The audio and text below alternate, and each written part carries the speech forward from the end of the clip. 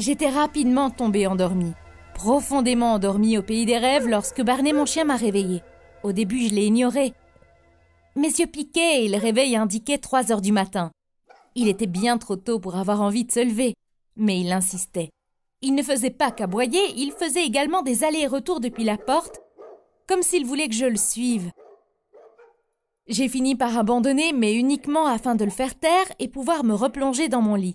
J'ai failli trébucher sur un de ses jouets en allant vers la porte et je suis parvenue à me rattraper de justesse lorsque j'ai entendu quelque chose. Au début, le son était léger, mais plus je bougeais dans le couloir, plus ce son était fort. On aurait dit que quelqu'un se faisait étrangler. La peur m'a transpercée. Ma petite sœur Cassie et moi étions seuls dans la maison. Nos parents étaient sortis à assister à une conférence et ils nous avaient ordonné de fermer portes et fenêtres. J'ai paniqué. Avais-je oublié de verrouiller la porte ? Quelqu'un s'était-il introduit dans la maison ? Une image m'a traversé l'esprit. J'ai imaginé ma sœur se faire attaquer par un cambrioleur. Ma tête me disait de retourner dans ma chambre, mais mon cœur m'a forcé à aller voir et avant que je ne puisse réaliser ce que je faisais, je me retrouvais à frapper à la porte de la salle de bain. La porte était verrouillée et lorsque j'ai frappé, ma sœur est devenue silencieuse. Tout ce que je parvenais à entendre était Barney qui aboyait à côté de moi et le vent qui soufflait dans les branches des arbres dehors. Ça faisait flipper et j'avais un mauvais pressentiment, comme lorsque vous sentez que quelque chose d'horrible est sur le point de se produire. « Cassie, laisse-moi entrer ! Que se passe-t-il ? Ça va ? Si quelqu'un est en train de te faire du mal, j'appelle la police, je te le jure. Je les appelle immédiatement. » Mon cœur tambourinait dans ma poitrine alors que j'attendais sa réponse. « Pitié ! Faites qu'il n'y ait personne avec elle, » ai-je prié. « Lola, va-t'en. Je vais bien, je suis juste un peu malade. S'il te plaît, retourne te coucher, » a répondu ma sœur. Ensuite, je l'ai entendue pleurer. Le genre de pleurs qui vibre à travers tout votre corps avant de se transformer en cri. Non, je ne pouvais pas la laisser comme ça. Même si quelqu'un était à l'intérieur et la faisait souffrir, je devais la sauver. C'était ma petite sœur. J'ai reculé de quelques pas et puis ai foncé dans la porte en cognant avec ma hanche. La porte n'a pas bougé. Les portes de la maison étaient vieilles, mais je savais que si je poussais assez, elles s'ouvriraient. Je me suis à nouveau jetée dessus de tout mon poids cette fois et la porte a fini par s'ouvrir. Je suis tombée sur le sol en me rattrapant avec mes mains. Eh bien, il n'y avait personne avec ma petite sœur, il n'y avait qu'elle. Je suis restée bouche bée. Je ne parvenais pas à en croire mes yeux. Elle était en squat sur le sol, son visage écarlate, et lorsque je l'ai regardée de plus près, c'est là que je l'ai vue. Son ventre rond. Ma sœur était enceinte. En fait, elle était non seulement enceinte, mais elle était en train d'accoucher sous mes yeux. « Cassie, qu'est-ce qu'il se passe ?» j'ai demandé. Elle n'a pas répondu. Elle m'a juste regardée et a poussé un cri horrible. Le bébé arrivait, c'était sûr. Que devais-je faire ? J'ai alors réalisé que j'étais toujours assise à l'endroit où j'étais tombée. Alors j'ai tendu la main pour toucher la sienne. Elle s'agrippait à la baignoire et ses contractions étaient de plus en plus rapprochées. Je ne savais absolument pas quoi faire. Je n'avais vu cela que dans les films. Comment cela lui était-il arrivé ? Laissez-moi préciser que je ne savais même pas que Cassie avait un petit ami. Nous n'étions pas vraiment le genre de sœurs à tout se dire, en fait. Nous étions même assez distantes. Cela n'avait pas toujours été comme ça, cela dit. Lorsque nous étions petites, nous étions inséparables. Cassie était le bébé sœur que j'avais toujours rêvé d'avoir, et étant donné que nos parents travaillaient énormément, on s'occupait l'une de l'autre. Sans même m'en rendre compte, j'avais endossé un genre de rôle de mère envers elle.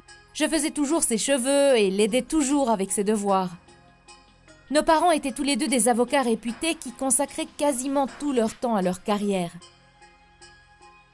Lorsque nous étions petites, cela ne nous dérangeait pas particulièrement. Nous étions ensemble, elle et moi, et c'est tout ce qui comptait. Mais lorsque j'ai eu environ 10 ans, j'ai commencé à trouver ma petite sœur ennuyante. Je ne voulais plus qu'elle me suive partout. J'avais mes propres amis et c'était pas cool d'être vue avec une petite de 8 ans qui s'accrochait sans cesse à mon bras. Une fois, elle a même essayé d'entrer dans ma chambre alors que ma meilleure amie était là et je lui ai crié dessus. Je lui ai demandé de me laisser tranquille et de se trouver des amis à elle. Eh bien, cela a fini par être le pire jour de notre vie. Cassie s'est enfuie et je me suis sentie entièrement coupable. Nous avons fini par la retrouver dans un champ un peu plus tard. Elle était cachée derrière une meule de foin. Elle pleurait et tremblait. Elle disait qu'elle ne voulait pas rentrer à la maison, à moins que notre mère arrête de travailler autant.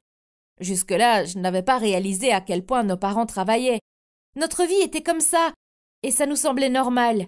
Ce jour-là, j'avais pensé qu'elle s'était enfuie à cause de mon commentaire, mais en fait, elle s'était enfuie pour attirer l'attention, et ce n'était que le début. Elle a commencé à mal se comporter après ça. Elle a été aperçue en train de fumer derrière le local de sciences à l'école, alors qu'elle n'avait que 12 ans. Et à 14 ans, elle a été suspendue des cours pour avoir triché à un examen. Elle avait toujours été une enfant adorable, mais même moi je voyais les effets néfastes que les horaires de mes parents avaient sur elle. Je le ressentais aussi, mais j'avais fini par l'accepter. Et nous voilà. Cassie avait 16 ans et était occupée à mettre un bébé au monde. Je savais que le moment n'était pas venu de lui demander comment diable elle avait fait pour se mettre dans cette situation et pourquoi elle nous avait caché une chose pareille. En fait, comment avais-je pu ne pas le remarquer? Soudain, je m'en suis voulu. Étais-je à ce point absorbée par mon propre monde que je n'avais pas pu remarquer sa grossesse? Franchement, comment peut-on cacher un ventre rond pendant 9 mois? En la voyant accoucher, je me rendais compte qu'elle était en fait énorme. Une baleine! Je ne voulais pas la laisser, mais je devais aller chercher mon téléphone. Il fallait appeler une ambulance. Lorsque je me suis levée pour partir, elle m'a demandé de rester. Elle m'a dit qu'elle avait peur et qu'elle ne voulait plus rester seule.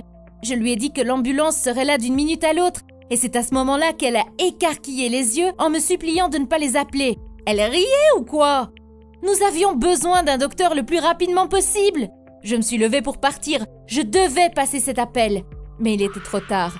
Elle a poussé un cri terrible qui a provoqué un énorme frémissement le long de ma colonne. Et c'est à ce moment-là que j'ai réalisé que le bébé arrivait. En fait, il était déjà en train de sortir. Et c'est comme ça que j'ai fini par mettre le bébé de ma sœur au monde sur le sol de notre salle de bain. Je ne livrerai pas les détails gore de l'histoire, mais disons que je ne veux plus jamais revivre ça.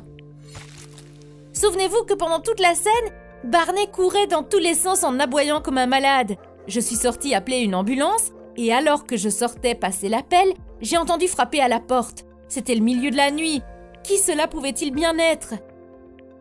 Cette nuit ne pouvait pas empirer. Donc j'ai décidé d'ouvrir la porte. À l'extérieur se trouvaient 2 officiers de police et ils se rendaient bien compte que quelque chose se passait. Je transpirais et mes mains étaient couvertes de sang. Et je n'étais même pas la personne qui accouchait. Cela ressemblait vraiment à un meurtre. Ils m'ont demandé si tout allait bien et j'ai tout expliqué. Ils ont été soulagés et ont immédiatement appelé une ambulance pour nous. En fait, les voisins avaient entendu des cris et appelé la police. Pas étonnant qu'ils aient été rassurés. Enfin, je ne l'étais pas. À ce moment-là, je ne savais pas ce qui était pire, un cambrioleur ou un bébé surprise. Nous sommes arrivés à l'hôpital et Cassie et le bébé ont été lavés. Ce n'est qu'une fois installée confortablement dans la chambre que j'ai réalisé l'ampleur des choses. Ma sœur était maman. J'avais un neveu. C'était juste irréel. Une chose était sûre, nos parents allaient péter un plomb quand ils allaient le découvrir. Cassie s'est endormie et je suis restée assise là avec un mal de tête. Le matin, Cassie a enfin eu assez d'énergie pour me raconter ce qui était arrivé. Elle parvenait à peine à me regarder dans les yeux en me racontant l'histoire. 1 an plus tôt, elle avait commencé à sortir avec un garçon d'une autre école. Il était un peu rebelle et elle dit n'avoir été attirée par lui que pour fâcher nos parents.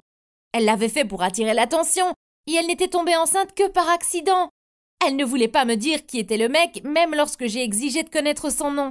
Elle a dit qu'il s'agissait d'une grosse erreur, que le garçon n'était qu'ennui et qu'il ne savait même pas qu'elle était enceinte. Cela ne m'avait même pas traversé l'esprit. En y réfléchissant, c'est vrai que je l'avais trouvée particulièrement froide envers moi, mais je m'étais dit que c'était dû à tout ce que nous avions à gérer à l'école, avec les amis, etc. Les trucs d'étudiante, quoi. Je n'aurais jamais pu imaginer qu'elle était enceinte.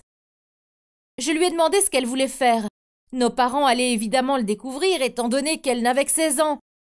Je doutais que l'hôpital soit d'accord de la laisser sortir sans l'accord de mes parents. Elle allait vraiment avoir de gros soucis. Ce qui arriva ensuite m'a vraiment étonnée. Cassie m'a dit avoir planifié l'adoption du bébé en secret afin que personne ne s'en rende jamais compte. J'étais choquée. Je veux dire, évidemment que c'était la solution la plus réaliste. Mais en regardant mon neveu emmitouflé dans sa petite couverture, si c'était mon bébé, je pense que jamais je n'aurais pu. Mais elle était sérieuse.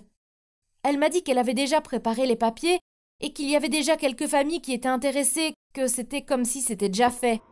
Je ne comprenais pas comment elle pouvait faire une chose pareille.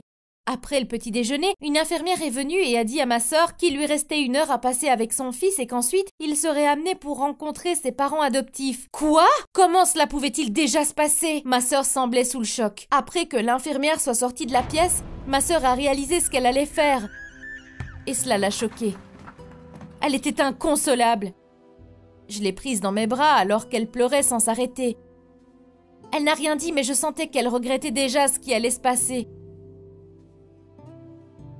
C'est vrai ce qu'ils disent.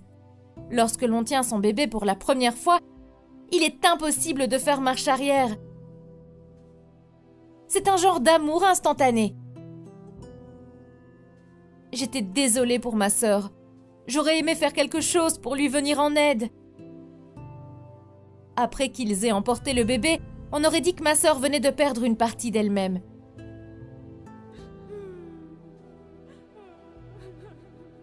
Elle a pleuré toute la journée et la nuit qui a suivi en s'agrippant à la couverture dans laquelle nous l'avions mis sur le chemin vers l'hôpital.